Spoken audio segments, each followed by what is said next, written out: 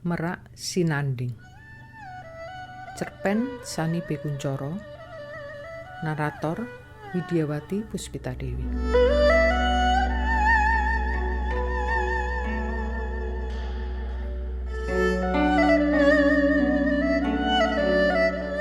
Amplop-amplop kecil berwarna merah berserak di meja. Berhias tulisan Gongsi Facai dalam huruf kanji dengan ornamen kambing yang lucu sebagai penanda shio tahun yang akan datang. Semuanya dalam warna emas yang kemilau. Angpao, demikian amplop itu disebut.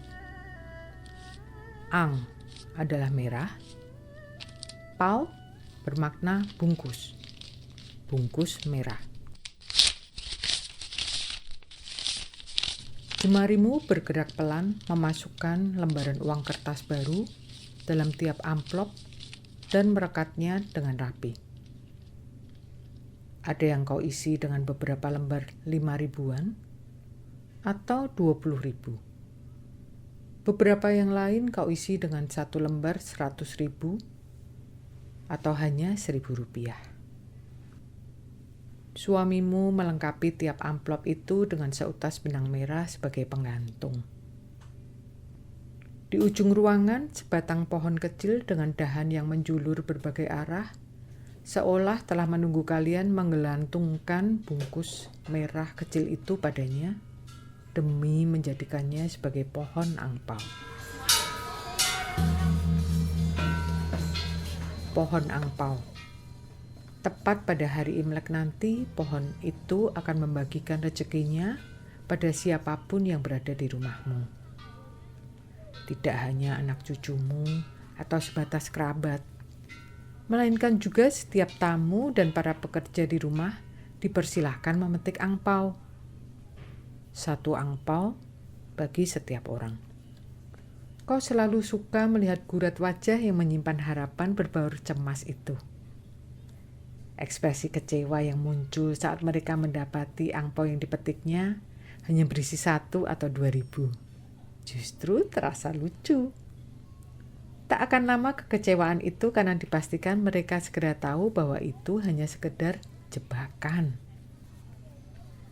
Sungguh seru saat mereka memburu suamimu untuk mendapatkan angpao tambahan. Cucu-cucumu selalu tahu bahwa kakek dan neneknya tidak memiliki kekebalan yang cukup tangguh untuk menghadapi rayuan. Dan kalian selalu takluk pada bonus, ciuman, janji-janji menjadi cucu yang patuh, rajin, dan berbagai janji lainnya yang tidak selalu mudah untuk direalisasi saat kalian menagihnya. Tapi pula tak membuat kalian jera mendengarnya.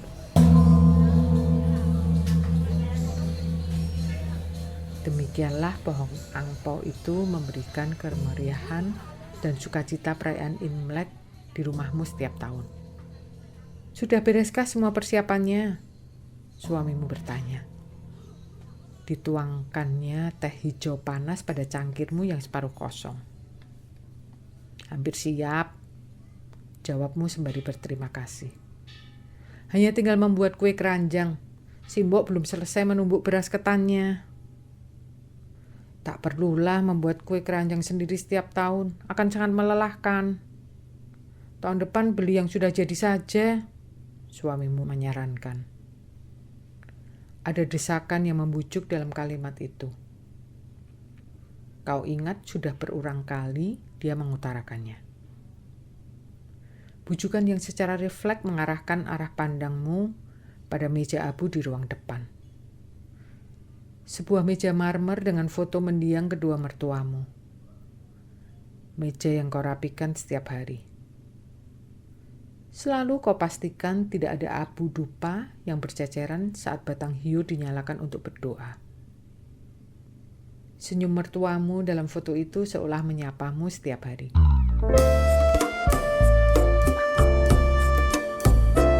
Apakah yakin ada kue keranjang yang lebih enak dari buatanku?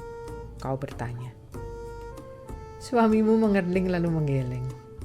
Memang tidak ada, tapi anak-anak akan mengerti. Tak apa makan kue keranjang yang tidak seenak buatan Oma, daripada membuatmu kelelahan. Lagi suamimu membujuk. Tidak melelahkan, biasa saja, bantahmu kalem.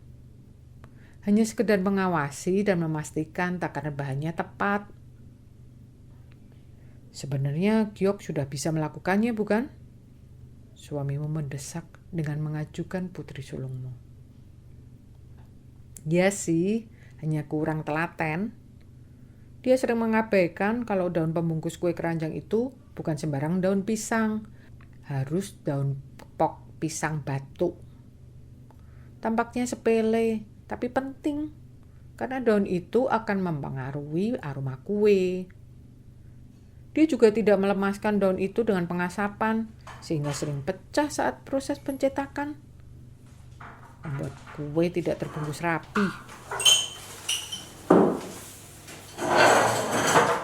Seketika keluhanmu memuncah keluar, membuat suamimu diam. Melalui gerak matanya, kau tahu dia sedang mencari putri sulung andalannya, yang diharapkannya akan bersekutu untuk menghadapimu. Saat yang sama, kau yakin bahwa sulungmu itu akan memilih untuk berkelit sembari tersenyum. Pilihan yang tidak mengejutkanmu lagi. Yang penting rasa isinya sama, Mama. Begitu dia selalu berargumentasi. Tampilan bungkus tidak rapi itu murah saja. Karena kue keranjang ini akan ditumpuk-tumpuk. Lain kali akan kupakai plastik bermotif daun. Persis seperti daun asli. Bahkan lebih bagus karena warnanya hijau pupus. Sebuah usulan yang membuatmu naik pitam seketika dan memberikan larangan keras untuk mewujudkannya. Jangan melakukannya. Cara ngawurmu itu akan membuat kue keranjangku kehilangan aroma daun yang alami. Tidak akan kubiarkan kue keranjang warisan keluarga ini kehilangan ciri khasnya dan berbau plastik. Zaman sudah berubah, Mah. Kalau kemajuan teknologi memberikan berbagai kemudahan, maka kita harus memanfaatkannya. Lagi Giok berkelit. Nah, coba dengar itu, sergahmu. Mana mungkin aku rela resep warisan Mama diperlakukan seperti itu. Suamimu menyentuh punggung tanganmu, menekannya lunak sebagai syarat meredakan emosimu yang mulai bergerak oleh karena terpicu sebuah ingatan. Dia telah membaca dengan tepat apa yang ada dalam pikiranmu. Kenangan itu tak akan sanggup kalian melupakannya.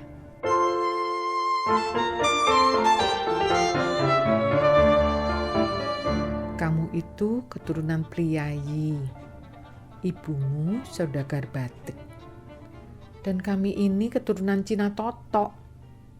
Apakah sanggup menjadi bagian keluarga ini? Demikian ibu kekasihmu berkata saat pertama kali kau datang ke rumah besar ini. Lurus kalimatnya terucap, sejelas-jelasnya menghadapkanmu pada sebuah realita. Membuatmu gugup, juga kekasihmu. Segala persiapan yang telah kalian susun bersama ambiar seketika, dan bertebar bagai puing. Erat, jemari kalian saling berpegang. Saling meyakinkan diri bahwa dengan bersama kalian akan menghadapi segala sesuatu. Anakku itu sulung, laki-laki pula.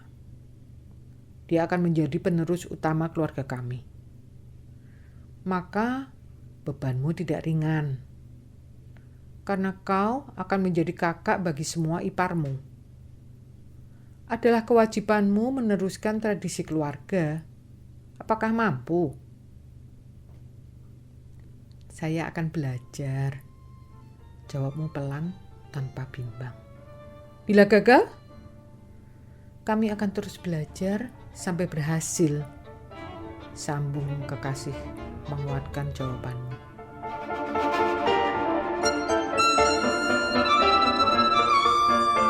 itu ciri khas orang yang sedang gandrung, seolah mampu menghadapi apapun atas nama cinta. Ibu kekasihmu menatap kalian bergantian. Kalian kira pernikahan itu seperti ujian sekolah, bisa diulang bila gagal atau kurang nilai?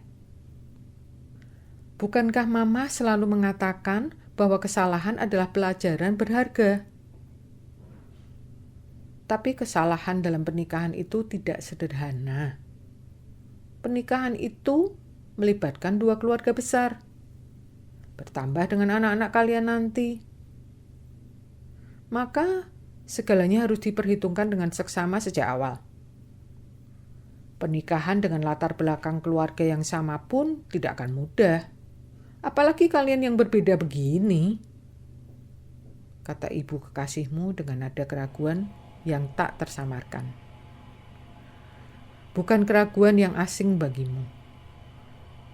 Kau menemukan hal yang sama pada ibumu. Yakin dengan pilihanmu ini, Nduk? Ibu menatapmu sungguh-sungguh. Kekhawatiran terbaca sejelasnya pada sepasang mata yang bening itu. Kau mengangguk memberikan jawaban. Dia memang baik dan kalian sudah lama berteman. Tapi itu semua tidak akan cukup sebagai jaminan. Pernikahan itu, Nduk, tidak hanya mengikatkan dirimu dengan suamimu semata, melainkan seluruh keluarganya. Tidak hanya sebulan atau setahun, melainkan sepanjang umurmu. Dengan latar keluarga yang berbeda seperti ini, maka kau harus menyesuaikan diri terus-menerus sepanjang masa itu. Sungguh hidupmu tidak akan mudah. Ibu mengajarkan bahwa terang gelap dan susah senang adalah dinamika kehidupan. Itu yang selalu menjadi penguat ibu menghadapi setiap masalah. Maka itu pula yang akan kulakukan. Ibu, modal besarku adalah keyakinan bahwa dia akan menjadi sandaran dan sahabat dalam menjalani hidup. Ibu termenung menatapmu lama. Tidak mudah merubah keyakinan seseorang yang sedang dipenuhi cinta sepertimu sekarang ini. Apakah lupa bahwa padanya lah ibu berpesan untuk menjagaku saat sekolah dasar? Sedemikian patuhnya dia pada pesan itu, membuatku jatuh hati hingga hari ini. Kau tak berhenti membujuk. Bukankah itu karena dia nakal padamu? Hampir setiap hari membuatmu menangis. Ibumu tersenyum mengenang masa lalu. Tidak mudah menghadapi kenakalan anak-anak, apalagi anak orang lain. Maka, ibu memilih strategi justru dengan memberinya kepercayaan untuk menjagamu.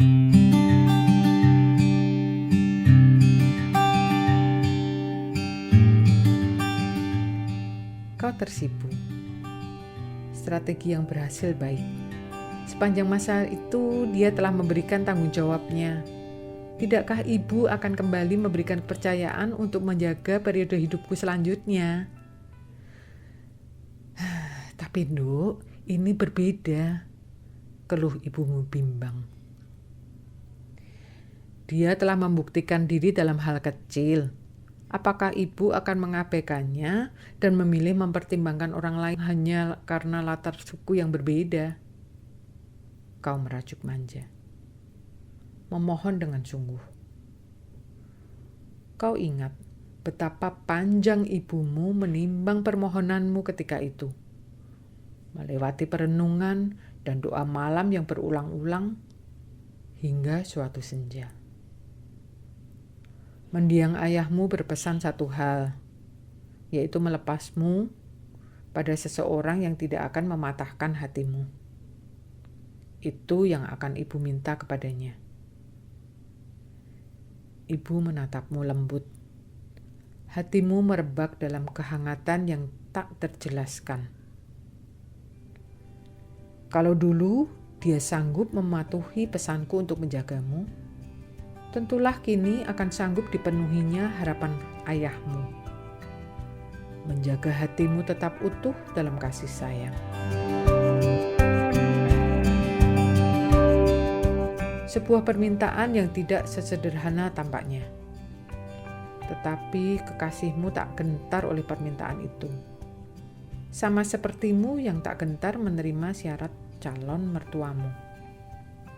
Menjadi kakak bagi setiap orang di dalam rumah itu dan menjaga warisan tradisi. Tahun-tahun yang tak mudah itu mendatangimu seiring musim. Anak-anakmu lahir satu persatu. Sama seperti pagi dan petang datang setiap hari, demikian pula kau lalui terang gelap kehidupan. Teladan ibu menjadi bekalmu, dan keteguhan suami menjadi sandaranmu. Sama seperti suamimu yang teguh menjaga hatimu. Demikian pula kau ingat untuk menjaga janjimu. Denting suara cangkir beradu alas piring membuyarkan kenangan dalam lamunanmu. Kau lihat suamimu meletakkan teko pada penghangat untuk menjaga suhu teh yang berangsur dingin. Kurasa mendiang mama akan mengerti, gumamnya, bahwa ada beberapa hal yang berubah di dalam rumah dan keluarga ini sesuai zamannya. Maksudmu? Bahwa perkembangan teknologi memberikan banyak kemudahan sehingga mudah modifikasi pada beberapa tradisi. Mungkin sebaiknya kita menerima perubahan itu pelan-pelan. Sepasang alis matamu terangkat seketika. Suamimu mengangguk, memberimu semacam kendali yang lembut. Bukan salahmu. Dari sana mama akan mengerti bahwa ini dunia yang bergerak. Dan tak ada satupun yang kebal dari perubahan. Upayamu menjaga warisan tradisi telah lebih dari cukup. Kau akan tetap menjadi menantu tersayangnya. Kau termenung diam. Kita terperangkap pada usia yang akan memberi kita batasan kemampuan dalam segala hal. Kecuali kalau kau ingin menjadi seperti Bionic Woman, film seri masa jadul itu, mau. Dan kau jadi $6 Million Man, balasmu menyebutkan serial yang menjadi pasangan populer film televisi pada masa muda dulu. Kalian tertawa bersama. Semua ini tidak kita peroleh dengan mudah. Kau bergumam. Suaramu menerawang jauh, mengembalikan padamu segala silam. Sepekan sebelum Imlek ketika mamah mengajakmu duduk di teras pada suatu sore. Dibentangkannya selembar wastra. Lembut bahannya, terbuat dari sutra ATBM. Berwarna merah dengan corak burung merak berpasangan. Kecil ukuran merak-merak itu menunjukkan ketelatenan pembatiknya. Tangkai padi dan kuntum bunga menjadi isen-isen. Pada kedua ujung kain adalah tumpal bermotif pucuk rebung berwarna emas. Paduan yang harmonis. Kain yang tak asing bagimu. Itu adalah kain kesayangan yang sering dipakainya pada berbagai acara khusus. Kau memilih merawat sendiri kain itu ketimbang menyerahkannya pada pekerja rumah tangga. Demikian menjaga sebaiknya wastra itu. Seingatmu, baru saja mencucinya bulan lalu.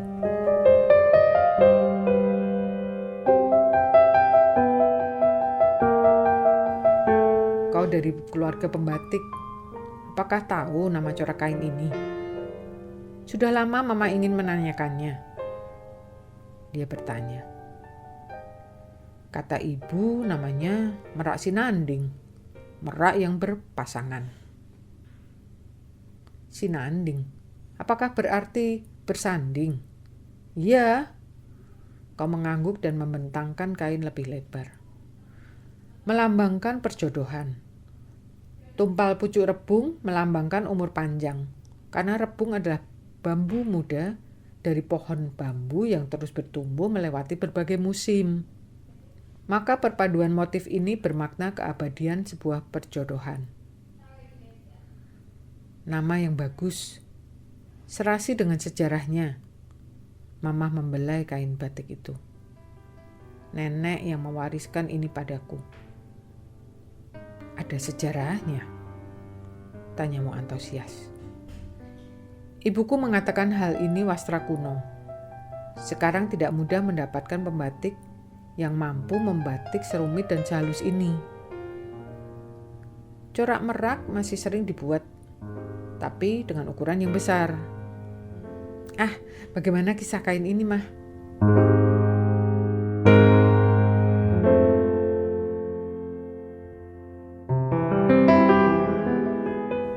Nenek bersahabat dengan pembatiknya. Mereka bersama membuat setiap pasangan burung ini.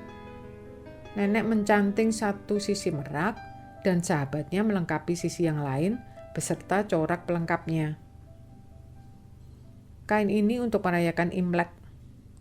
Maka mereka memilih paduan warna merah dan emas yang khas oriental. Mamah bercerita. Beliau belajar membatik. Kau terkejut. Hebat sekali.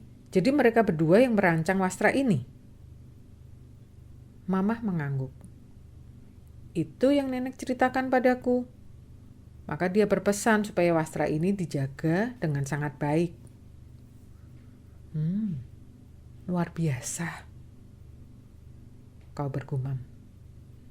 Masih dengan tercengang berbau takjub. Jemarimu menelusuri serat kain itu lambat-lambat. Seolah menelusuri jejak kisah yang tersimpan di dalamnya. Tak sangka bahwa beliau memiliki jiwa seni seindah ini.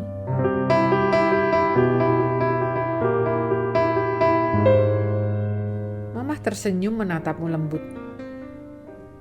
Sekarang, kain ini milikmu. Dilipatnya kain dengan rapi dan mengulurkan padamu. Terimalah. Kau tercengang, sangat tak menduga. Mengapa? Kau bertanya setelah terkendali kagetmu. Nenek berpesan menjadikan sutra ini sebagai warisan keluarga. Seharusnya ku berikan saat Imlek pertamamu bersama kami. Mamah menghela nafas, jeda sesaat. Tapi aku meragukanmu ketika itu. Kau mengangguk mengerti. Tahun-tahun berikutnya kau memberiku pembuktian. Caramu membaurkan diri dan menyambungkan kekerabatan menjadikan kita semua sebagai keluarga besar yang karib. Apa yang kau lakukan lebih dari harapanku. Mamah menggenggam jemarimu. Kulihat pula caramu merawat kain ini demi untukku. Maka, bila kau sanggup menjaga kain setelaten ini, apalagi untuk menjaga anak sulungku dan anakmu yang adalah cucu-cucu yang kusayangi lebih dari segalanya. Lebih 10 tahun kupertaruhkan kain ini demi mengujimu. Inilah saatnya bagimu, nak. Terimalah. Kau ingat betapa merebak hatimu saat itu dipenuhi keharuan.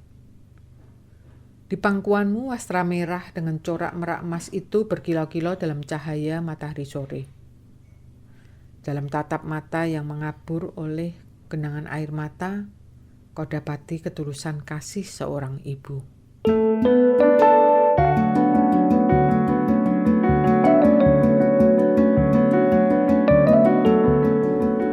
Lampu taman mendadak berpijar, melepaskanmu dari kenangan sore yang indah dulu itu. Kini matahari jelang senja memberi cahaya yang sama padamu. Dengan awan merah jambu pada langit yang berangsur redup. Kau nyalakan sepasang lilin merah di meja altar. Kangen ibu dan mama, gumammu pelan. Potongan kisah silam berlarian di sekitarmu. Di sana mereka mengenang kita dengan bahagia. Suamimu merengkuh bahumu. Percayalah bahwa tak akan hati mereka patah meskipun kue keranjangnya berdaun plastik. sepanjang kita bersanding seperti ini. Baiklah, kau luaskan hatimu untuk menerimanya. Kue keranjang bisa dibuat siapa saja. Entah bertahan dengan metode lawas atau mengikuti arus zaman. Tapi sejarah kesetiaan yang tersimpan dalam kain merak sinanding itu akan kalian wariskan dan jaga turun-temurun.